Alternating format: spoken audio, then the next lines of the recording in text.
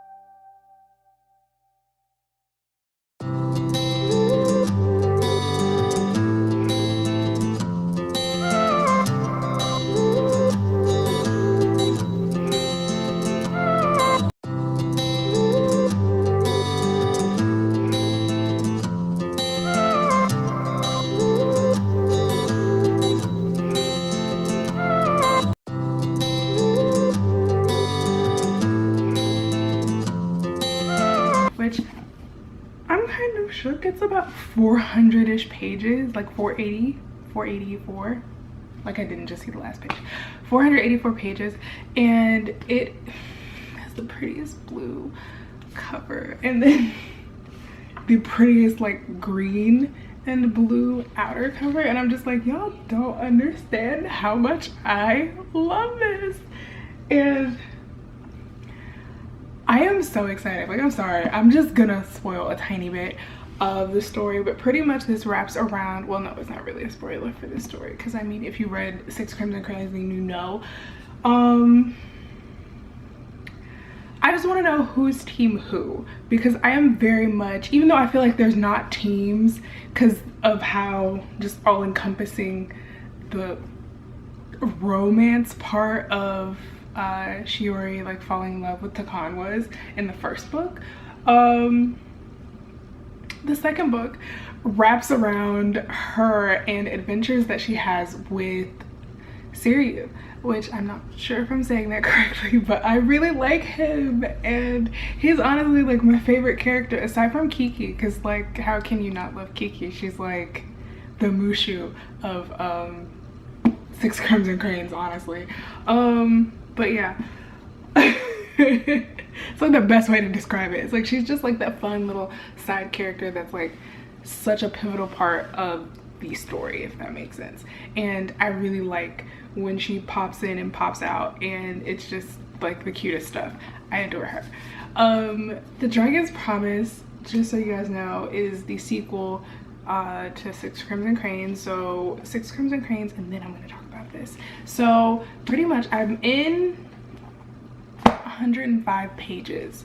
I am into this book by 105 pages, and I am so all encompassed and so in love with all of the characters all over again. I just I love it so much. The only thing is that I do really ship Siri with Shiori. Like I like them. I like how fun their like banter is, and just how cool they are together. It wasn't like a weird thing that I felt with I don't know, I feel like there was just such an awkwardness to Shiori and Takan for such a long time, just because he didn't know like really who she was for a while.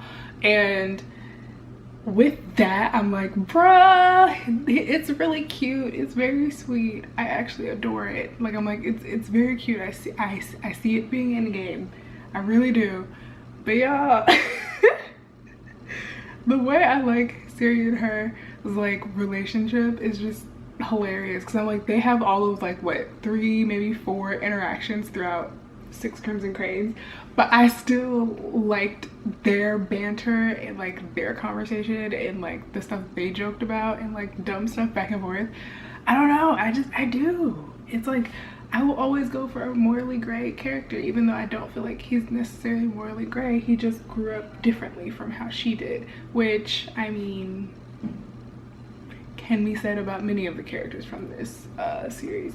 But I think it's very cool. The part that I'm at right now is where Shiori is basically kind of trying not to marry Siryu, which I was like, why they throw this in here?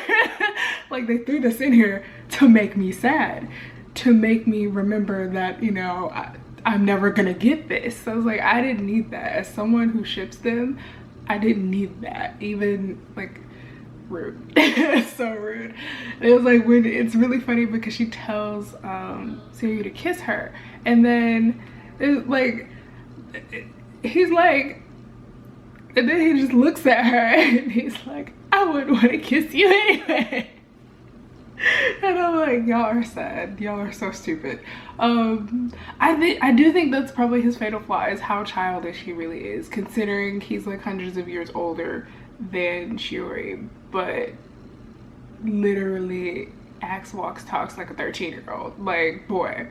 Not even 13, I would say like 16, 17 is kind of like the age range that he reminds me of, is how they typically like make 16, 17-year-old guys in shows and movies and in media lately. I don't know, but yeah, this is my thought process on that. He's just a young guy, and well, really, he's a young prince, a dragon prince at that. And I mean, I'm not impressed by him being a dragon prince. I just like him.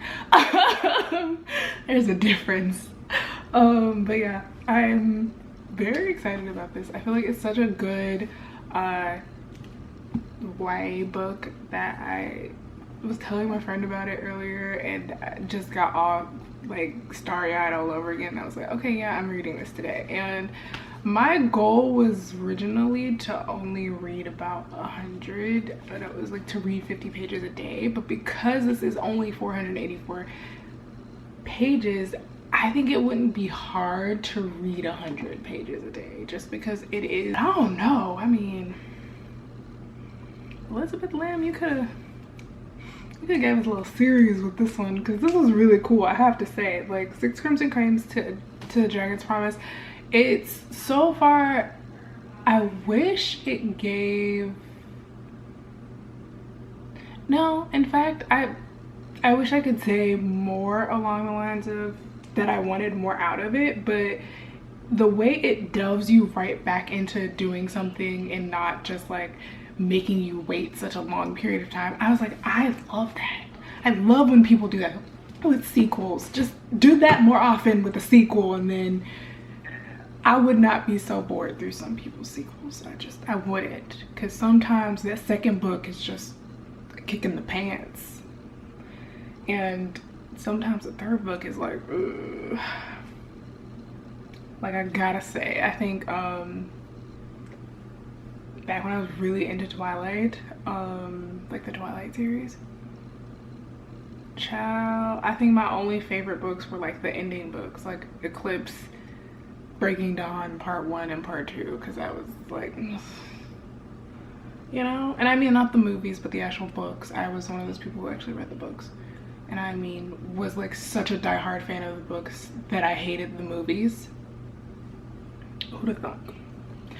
But yeah, that was that. I just wanted to catch you guys up and let you guys know what I was thinking, what my thought process was for what I've read so far in The Dragon's Promise. I am really excited to keep going with this book. It's so good. I think I honestly may read like half of it today. We'll see.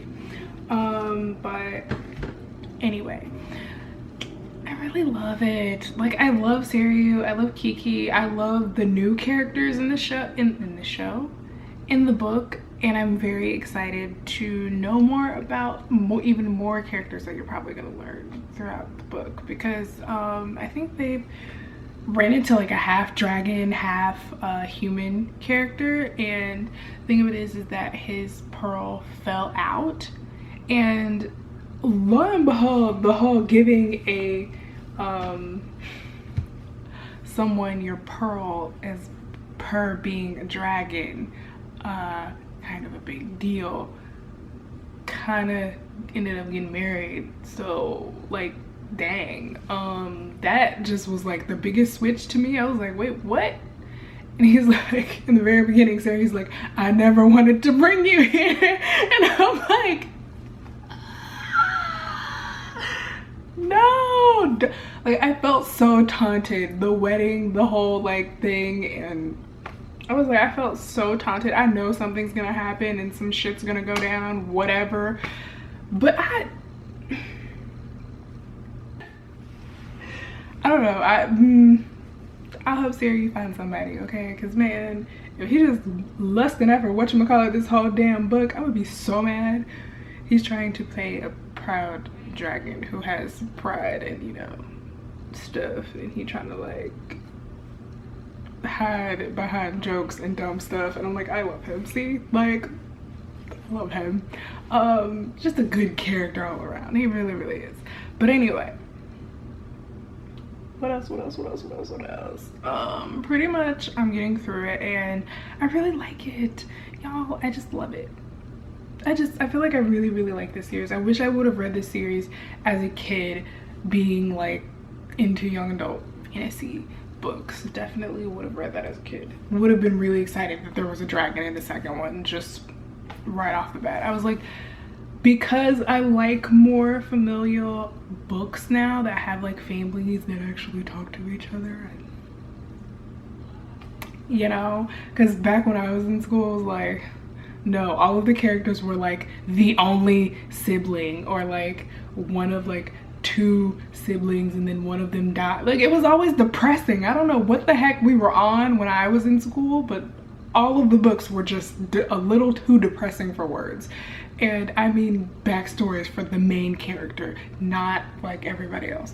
But you know, main character wise, it was kind of the same. They were all kind of, you know, I feel like that explains a lot about like Gen Z's like books now that are coming out, and it's just hilarious. The difference in like what you see in young adult fantasy when you were younger versus like what you see in young adult fantasy now. So different in such a cool way. Not to say that everything was bad from when I was younger, but just a lot of it was pretty awful, and I wouldn't consider that great to be reading as a young adult right now. But that's me. We're a lot more picky about our books now, so I feel like back then people cared less about good writing, and I feel like now people really just don't care because you can self-publish things now, and you know, if your book ends up on TikTok, like, that's it. It's over. But yeah, I'll catch you guys next time on my computer. Thank you for stopping by and checking in with me on this. I don't know what I'm gonna do. I don't know if I'm doing a vlog. I don't know if I'm doing just like a weekend thing, but this is my Monday. I don't know, it may be enough clips to where I can just do like a weekly vlog instead of just like a weekend vlog, which is what this was originally supposed to be, and a haul. But yeah, I'll figure something out.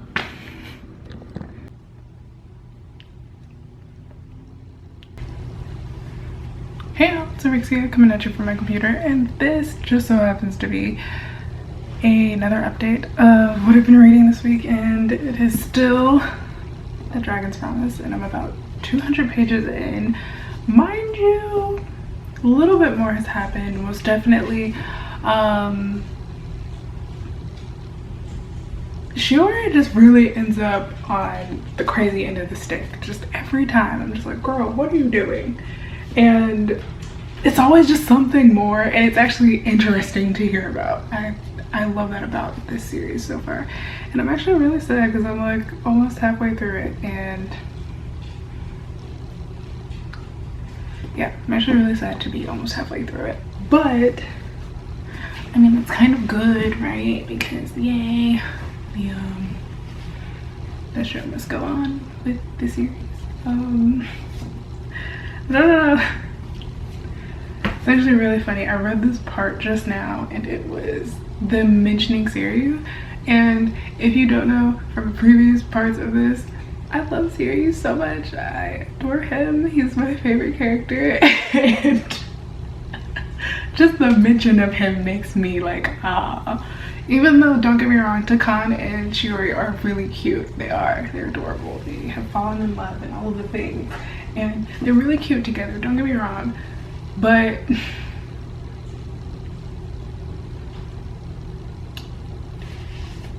I just would have liked to see more Sirius actually given a chance, you know?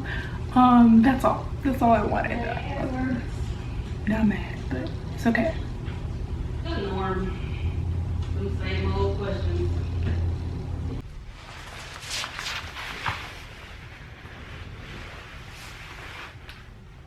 Hey y'all, it's Auryxia coming at you from my computer, and this just so happens to be the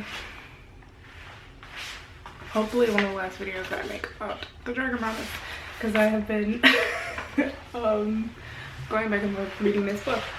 Mind you, I now have wine over here. Like,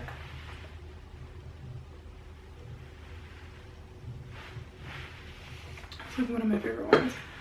But yeah, pretty much I kind of organized my shelf a little bit. So these are all gonna be like my black books. As you can obviously tell, it's just all of the books that are black for the most part. Pretty much I'm about 90% of the way through, because I only have about, I want to say 70 pages left of The Dragon's Promise. This book has been not even the roller coaster that Six Crimson Cranes was, because I felt like the major difference between Six Crimson Cranes and The Dragon's Promise is I feel like the flow of Six Crimson Cranes worked so so much better.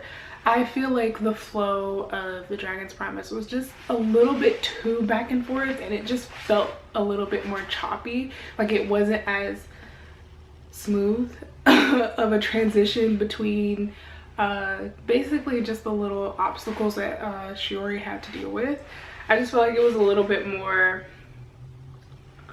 smooth throughout Six Crimson Cranes instead of how it was in The Dragon's Promise. Even in Six Crimson Cranes, with the different like places that she was, even when she was in Iroh versus being, oh my gosh, I can't even remember the first place that she was, where she was like a maid or whatever in that part. And then the whole beginning where she was you know, getting her and her brothers were getting turned into basically the curses were getting put upon them. And pretty much with everything that was going on, oh man, my ear is so red. With everything that was going on, I just felt like Shiori went through so much in such a short amount of time, it felt like, with that book. And then with this book, it felt like it kind of dragged towards the end. With if you read this book, you'll know for a fact the character that I'm talking about. One in particular was Jin. His like kind of really small like baby arc throughout it, and I was like, it just felt kind of like, I don't even want to say forced because that's not quite the word that I'm looking for, but it just felt just kind of thrown in there haphazardly, if that makes sense. And I get why. It was a friend that like she had that didn't have any romantic interest in her, which I really liked and appreciated, but at the same time it was like it's like she saw so much of herself in him, and I thought that was really a really cool aspect, was like she saw like a younger version of herself within him, at least for certain parts of when she was talking about Jin and what he was doing and all this kind of stuff, and how he wanted to be this enchanter and all of these things. And he valued a lot of more, she saw like a different version of herself in him because of how Shiori ended up choosing how her life was going to go, and the path that she ended up going through was, of course, she had her brothers and she had Takan, who, you know, she was like, okay, yeah, I love these guys, not going anywhere without these guys, absolutely. Like, had you seen me a year ago, it would have been real different, but most definitely not gonna fly off into the sunset with you either, dude. So cool. That was really funny enough. Okay, now my thing of it is that I kind of lean more towards the side of wanting to do a TBR, but at the same time I get really intimidated by having a TBR. So where do I actually put myself on this, you know, what do you call it,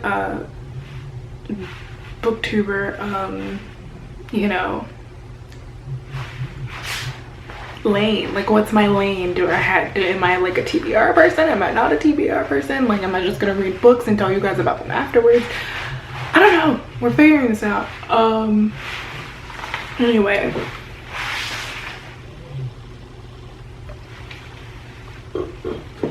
like I said, I've just been mostly reading Dragon's Promise. Another book that I started is From Lukov with Love. I am like a couple of pages into this book, and I mean probably within the first like 3 pages of this book. Lukov with Love starts off sounding so bitter, and I was like, what is going on? And it immediately made me start remembering how Yuri Fusetsky really hated the other Yuri, and I was like, it's just so bad. The Yuri versus Yuri thing with Yuri on Ice is freaking hilarious, and it makes me want to watch it right now so bad. But I'm actually gonna start watching Ginny and Georgia. My niece and her mom recommended it, highly recommended it, so I have to watch it now. But yeah, aside from that, I'm going to probably just hang out and finish off the Dragon's Promise for tonight, and I'll let you guys know how I feel when I feel how I feel about it. But yeah, so far so good. I feel like this is gonna be a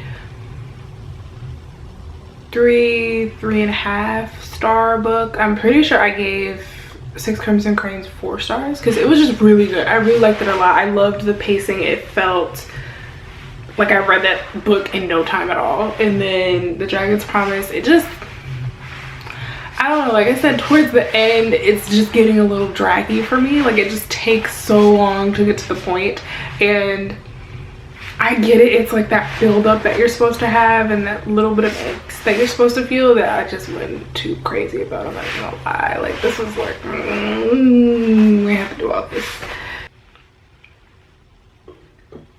Now, no, all I can think about is him. It's like, oh, my heart. Because I'm over here like, Dario, I'm rooting for you, sir. I'm rooting for you. And my love for that stupid dragon boy is so deep. And I was like, this is a children's book. Don't taunt me like that again, Elizabeth Lim. I was hurt.